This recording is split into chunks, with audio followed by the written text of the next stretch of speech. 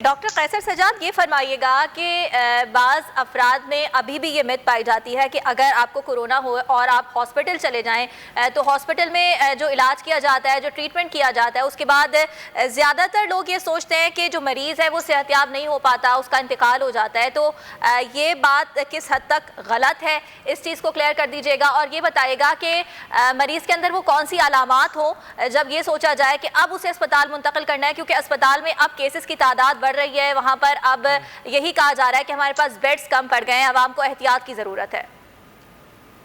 देखिए, ये आपका बहुत इम्पोर्टेंट सवाल है और ये बेसिक सवाल है। हम बार बार लोगों को बताते रहे हैं कि जब आपको सिम्टम्स खांसी, नज़ला ज़ुकाम या जिस्म में दर्द, बुखार आपको हो रहा है तो आपको बाहर घूमना नहीं चाहिए, आपको एक्सर्शन नहीं करना चाहिए, आपको रेस्ट करना चाहिए। हो सकता है आपको दूसरा वायरस हो, इन्फ्लुएंजा का वायरस हो या कोई और वायरस हो, तो वो भी 2-4 दिन में सेटल हो जाएगा। लेकिन अगर वो सेटल नहीं होता है तो उसका टेस्ट करा के आप उसको देख सकते हैं, कंफर्म कर सकते हैं। लेकिन खुदा न खास्ता जो लोग परेशानी में, वही लोग आते हैं जो ये समझते हैं कि जी हमें तो कोरोना नहीं है, कोरोना क्यों होगा हमें, और वो तमाम एहतियाती तदाबीर को छोड़ देते हैं, घूमते भी हैं, अपने रूटीन के काम भी करते हैं, जिससे उनका वायरस बड़ा स्ट्रांग हो जाता है और फिर उनको सांस की तकलीफ शुरू होती है। तो ये पॉइंट जो है बहुत इंपॉर्टेंट है। खुदारा आपके तवज्जुह से तमाम लोगों को मैं कहता हूं कि जब आपको सांस की तकलीफ शुरू हो जाए और अपने घर में आप एक पल्स ऑक्सीमीटर जो है वो मिलता है बाजार में, वो रखें। जब आपकी ऑक्सीजन 95 से कम हो जाए तो आप होशियार हो जाएं और 90 से कम हो जाए तो आपको हॉस्पिटल जरूर जाना चाहिए। हमने देखा है कि उन्हीं को नुकसान हुआ है जो अस्पताल देर से पहुंचते हैं। जो आपने सोशल मीडिया की और मिथ की बात की है, ये बहुत खतरनाक है। खुदारा इस पे कान ना धरें। जब भी आपकी तबीयत खराब होती है, थोड़ा बहुत अगर सांस में तकलीफ हो रही है, खांसी बहुत हो रही है, बुखार कम नहीं हो रहा है, बुखार खत्म नहीं हो रहा है, तो खुदारा हॉस्पिटल जरूर जाएं। ऐसी कोई बात नहीं है कि आपको जो है हॉस्पिटल जाके आपको वहां पे प्रॉब्लम होगी। बिल्कुल कोई प्रॉब्लम नहीं होगी, आपकी सेहत बच जाएगी, आपकी जान बच जाएगी। ठीक है डॉक्टर कैसर सजाद, ये भी बताइएगा कि जो मरीज CPAP और BiPAP पर होते हैं उनकी रिकवरी के कितने चांसेस होते हैं, उनका क्या रेशो है? जी बिल्कुल, बहुत ज्यादा अच्छे चांसेस होते हैं। डिपेंड करता है कि उनके ऊपर उनको जो ट्रीटमेंट मिल रहा है वो किस जगह मिल रहा है, नंबर 1। नंबर 2 बात यह है कि उनकी इम्यूनिटी, अपनी क़ुव्वत मदाफ़त कितनी है, उनको कोई खुदा ना खास्ता कोई ब्लड प्रेशर की बीमारी, शुगर की बीमारी, या वो सिगरेट बहुत ज्यादा नहीं, फेफड़े की कंडीशन कितनी अच्छी है। अगर जितना अच्छा उनका फेफड़ा रहेगा और जितना हेल्दी, जितना उनका ताकतवर वो रहेगा, उतना ही वो ये सब चीज़ों से वापस आ जाएंगे। बड़े लोग ऐसे हुए हैं जिनको कि उनके फेफड़े बहुत कमज़ोर हो गए, लेकिन फिर भी उनको उनकी ताकत इतनी रही है फेफड़े में और उनके जिस्म में कि वो वेंटिलेटर से वापस भी आ गए हैं कोरोना के डायग्नोज होने के बाद, बहुत प्रॉब्लम होने के बाद। लेकिन बॉटम लाइन ये है, समझना ये है लोगों को कि खुदारा जब ये सिम्टम शुरू हो, बेसिक सिम्टम, तो 2 दिन आप रेस्ट करें।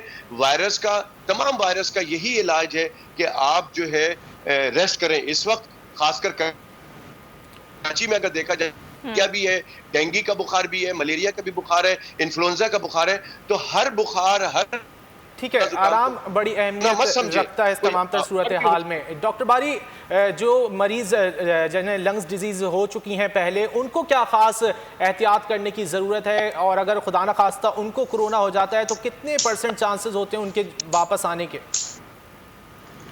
आपने थोड़ी सी, आपकी आवाज़ बीच में कट गई थी, आपका सवाल अगर रिपीट करें तो मेरे जवाब देने में आसानी होगी। डॉक्टर बारी, जो लंग्स डिजीज़ जिन लोगों को पहले हो चुकी होती है, उनको क्या खास ख्याल रखने की ज़रूरत है, और कितने % चांसेस होते हैं अगर किसी पहले से किसी को लंग्स डिजीज़ का कोई सामना करना पड़ा और फिर कोरोना हो जाता है, तो कितने % चांसेस होते हैं उनके बचने के? देखें, अगर पहले से लंग्स ख़राब है आपके तो, और कोई कोमॉर्बिडिटी ज़्यादा है, जैसे डॉक्टर कैसर ने भी कहा कि sugar, blood pressure, heart disease हैं, ये लोग ज़्यादा प्रोन होते हैं। तो इसलिए इन लोगों को, जो हम लोगों को कहते हैं ना कि आप बाहर ना जाएं, और घर पे जो बुजुर्ग बैठे हुए हैं या ऐसे लोग हैं जिनको मल्टीपल बीमारियां भी हैं ना, वो एट रिस्क ज़्यादा होते हैं। क्योंकि आपके जाने से आप वायरस लेके आएंगे, क्योंकि वो जो बुजुर्ग लोग हैं वो लोग तो बाहर नहीं जा रहे, वो एहतियात कर रहे हैं, लेकिन ये घर पे काम करने वाले आने वाले या खुद उनके बच्चे जो जा रहे होते हैं और वो जब वापस आते हैं और खुदा न करता वो वायरस लेके आते हैं तो उनके ऊपर इफेक्ट ज़्यादा होता है। तो इसलिए राइट टाइम पे आपने जाना। और दूसरी बात एक और चीज़ है, देखें इसके अंदर आपको पॉजिटिव रहना बहुत ज़रूरी है। आपको ये हो गया, ये बिल्कुल ठीक हो जाएगा। आपकी अपनी अगर विल स्ट्रांग है ना, बहुत से लोग मैंने देखे हैं जिनकी विल स्ट्रांग रही है ना तो वो बड़े आराम से निकल जाते हैं, लेकिन जो थोड़ा सा डिप्रेशन में जाते हैं तो उनकी चांसेस जो है ना काफ़ी ख़राब हो जाते हैं इसके बाद। ठीक है डॉक्टर बारी, ये भी फरमाइएगा कि जो कोरोना के पेशेंट्स हैं अगर वो घर में अपना ट्रीटमेंट करना चाहें तो कौन सी दवाएं हैं जो उन्हें इस्तेमाल करनी चाहिए, और साथ साथ ये कहा जाता है कि स्टीम लें, गर्म पानी पिए, इससे भी फ़ायदा होगा। देखें इसमें तो सबसे अच्छी बात यह है कि आपके पास डॉक्टर से ज़रूर मशवरा कर लें और वो आपको जो भी ट्रीटमेंट बताते हैं वो ज़रूर करें, क्योंकि ये ऐसे नहीं हो सकती कि ये दवाइयाँ बता दो वो खा लें।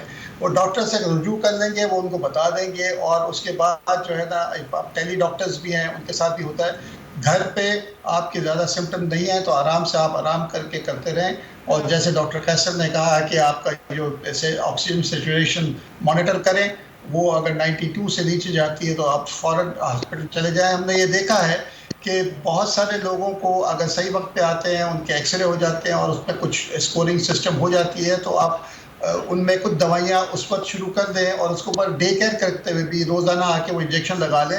इनमें हमने देखा कोई 200 मरीज़ ऐसे हमारी स्टडी हुई थी जिसमें से किसी को भी हॉस्पिटलाइजेशन की ज़रूरत नहीं पड़ी और सब ठीक हो गए। ठीक है डॉक्टर कैसर, एक बार फिर से अब जो सूरत हाल है तीसरी लहर में ख़तरनाक हद तक केसेस बढ़ रहे हैं, लॉकडाउन की बात होने लगी है और आगे रमज़ानुल मुबारक का महीना है और फिर ईद है, तो आप नहीं समझते कि अब जो है वो लॉकडाउन की तरफ जाना चाहिए? सूरत हाल उस नहज पर पहुंच चुकी है और वज़ीर आला सिंध की जानिब से भी आज कहा गया कि इंटरसिटी ट्रांसपोर्ट बंद कर देनी चाहिए क्योंकि दीगर सूबे जो हैं वो वहाँ केसेस ज़्यादा आ रहे हैं। जी हाँ, बिल्कुल। मैं समझता हूँ कि मुराद अली शाह साहब का ये स्टेटमेंट बिल्कुल दुरुस्त है और इस पे अमल भी करना चाहिए कि जो इंटरसिटी जो ट्रैवलिंग है वो उसको बंद होनी चाहिए, क्योंकि जितनी हम जल्दी से, जैसे मैंने पहले कहा कि ये जो फैलाव है इसको रोकना है तो आप इस बीमारी को रोक सकेंगे, इसके फैलाव को, अगर आपने अच्छे इक़दाम ना किए। और जहाँ तक बात है लॉकडाउन की, तो मैं समझता हूँ कि जो इस वक्त पंजाब की सूरत हाल है, मैंने ये 2-3 दिन पहले भी कही है बात कि जी लाहौर को कंप्लीट लॉकडाउन करें, क्योंकि वहाँ पर केसेस बढ़ रहे हैं डे बाय डे। मैं मॉनिटर कर रहा हूँ कि लाहौर और कुछ पंजाब के कुछ इलाके ऐसे हैं जहाँ नंबर ऑफ केसेस डिक्रीज नहीं हो रहे हैं। तो अगर आप हुकूमत सही जज कर सकती है, हुकूमत सही फैसला कर सकती है कि अगर वो देखती है कि लोग SOPs को सही तरह से फॉलो नहीं कर रहे हैं, आपको बहुत सारे इक़दाम करने के बावजूद भी नंबर ऑफ केसेस बढ़ रहे हैं, तो जो दुनिया ने किया है कंप्लीट लॉकडाउन करके अपने मुल्क को, अपने अवाम को सेव किया है, तो मैं समझता हूं कि पहली किस्त में, पहले मरहले में। लेकिन डॉक्टर कैसर, हम ये भी तो देख रहे हैं ना कि जहां पर स्मार्ट लॉकडाउन है वहां पर लोग भी स्मार्टली प्ले करते हैं, कहीं से भी रास्ता मिलता है तो वो बाहर चले जाते हैं। और दूसरा ये कि तालीमी इदारों के हवाले से आप क्या कहेंगे? अगर टोटल लॉकडाउन नहीं किया जाता, तालीमी इदारे बंद करने चाहिए, क्योंकि जब बच्चों में भी इन्फेक्शन हो रहा है तो वालिदैन इस बारे में तहफ़्फ़ुज़ात का शिकार हैं। देखिए, मैं समझता हूं कि अगर आपने प्रॉपर तरीके से आपने अगर SOPs को फॉलो किया, अवाम ने फॉलो किया, और दूसरा कि हुकूमत ने प्रॉपर तरीके से SOPs पे फॉलो करवाया, अमल दरामद कराया, और उसका तरीका यही है कि इसको सख्ती की जाए, कोई फाइन किया जाए, तो मैं समझता हूं कि एजुकेशनल इंस्टीट्यूशन बंद नहीं होने चाहिए। हाँ, ये ज़रूर है कि एहतियात के तौर पे जिन जगहों पे केसेस ज़्यादा हो रहे हैं हुकूमत के अपने कोरोना, वहां पर स्कूल बंद कर देना चाहिए एहतियाती तौर पे। ठीक है डॉक्टर कैसर, अब लाइव कॉलर्स भी हमारी इस ट्रांसमिशन में शामिल होना शुरू हो चुके हैं। कौन सा आप कहां से बात कर रहे हैं और किससे सवाल करना चाहेंगे?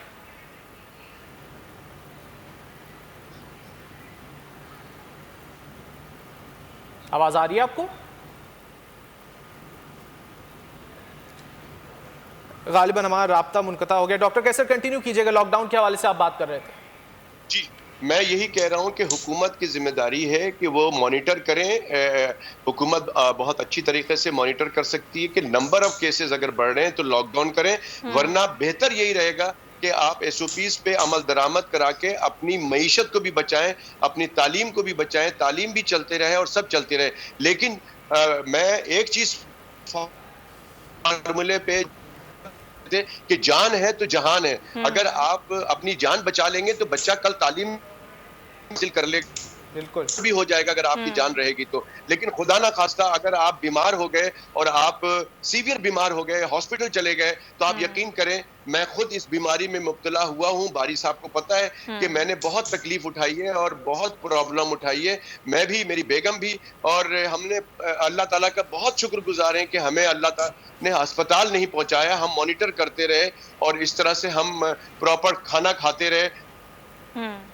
लोगों से भी कि खुदारा रात को खामखा रात को ना जागें, अपनी कुव्वत मुदाफियत बढ़ाएं, अच्छे खाना खाएं, और रश वाली जगह पे, जैसे बारी साहब ने भी कहा कि अननेसेसरीली किसी जगह प्रोग्राम में कोई बुलाए नहीं, बल्कि मैं अपने घरों में प्रोग्राम ना रखे इन दिनों। ठीक है डॉक्टर कैसर, एक बार फिर लाइव कॉलर हमारे साथ मौजूद हैं। कौन साहब हैं, कहां से हैं और किससे बात करना चाहेंगे? मैं पिंडी जेब से बोल रहा हूँ। मेरा नाम मोहम्मद सलीम है जी। मेरी उम्र 76 साल है, 76 ईयर, और मैंने स्टंट भी डलवाया हुआ है। शुगर का पेशेंट हूँ, ब्लड प्रेशर मेरा डाउन ही रहता है, अप नहीं होता। क्या मैं वैक्सीन लगवा सकता हूँ? बिल्कुल लगा सकते हैं जी। आप जी बिल्कुल लगा सकते हैं, बिल्कुल लगा सकते हैं। आप अपने डॉक्टर से मशवरा करें, आप अपने डॉक्टर से, जो आपका कार्डियक का डॉक्टर हो, दिल का डॉक्टर है, उससे मशवरा करें। और वैक्सीन लगाने में आपको कोई हर्ज नहीं, जहां तक हम समझते हैं, लेकिन डॉक्टर से मशवरा करके, अपने कार्डियोलॉजिस्ट से मशवरा करके जरूर वैक्सीन लगवाएं। सब्सक्राइब करें और बेल दबाएं ताकि कोई खबर रह न जाए।